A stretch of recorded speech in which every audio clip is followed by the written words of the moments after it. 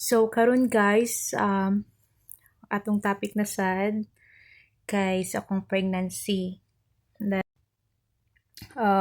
nag-struggle ko sa akong pregnancy kay first man ako nga pag buntis karon.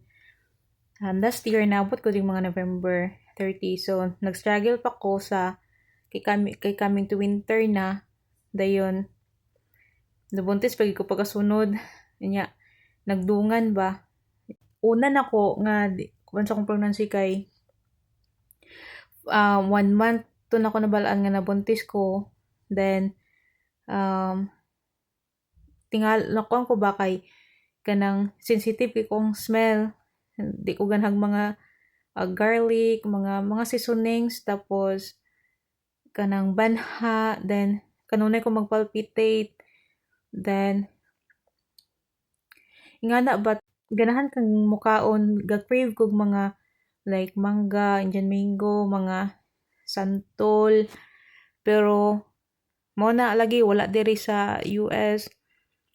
Dayon kanunay kang bad mood, emotional, tapos magkanunay kang magsigig hilak nga maghilakay ka ba nga wala bitay rason usay makaingon ka nga ninduta uli sa Pilipinas.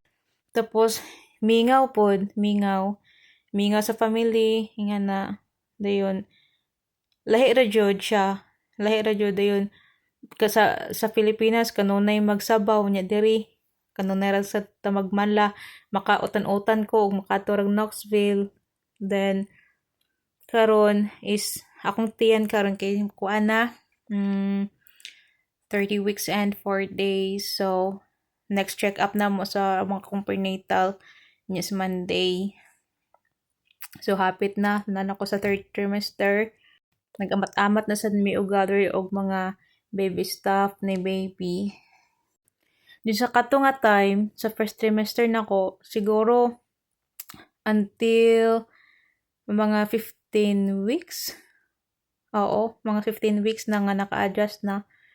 Nibalik na ko ang ganas kaon. Dayon, okay na, as in na medyo na ano na nako, na-adjust na. Kato jud sa last time kay uste di ko kasabot ganahan ka mo kaon ug naan na, then murag panapsud ka murag maglahi dili na pud kaganahan. So instead nga sa akong gi-crave nga santol ug ang mango, ang akong gikaon na lang is kanang melon na tapos ikuanan og asin. So modo akong gi-crave na lang. So karon is kuan ga walking na ko every afternoon para dili ko matagba og kuan ni baby. So kung ipapray na sad pud ninyo ba nga safety akong pag-deliver niya, dayan safety ra sad si baby sa kuang tummy, sa iyang pagtubo diri. Then nindot pud kay diri sa Tennessee ba kay na sila insurance bitaw sa nga sa pregnancy, kay gang free diri ang check up, cover na nila ang tanan. Din kabalo ba mo nga early na adbawan na mo ang gender ni baby, mga 12 weeks nabala na namo through blood test.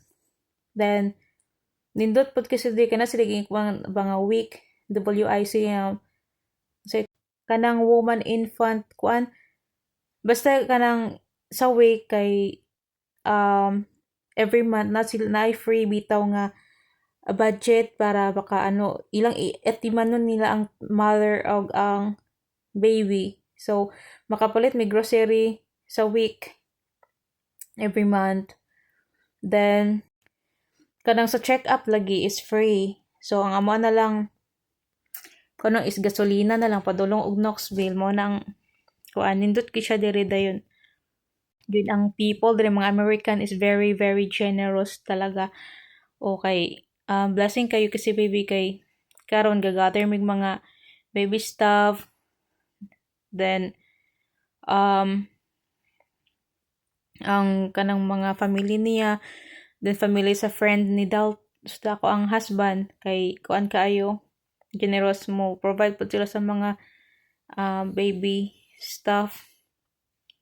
Then among baby is a baby boy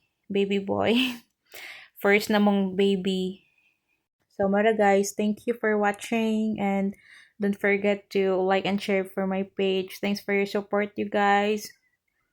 Bye.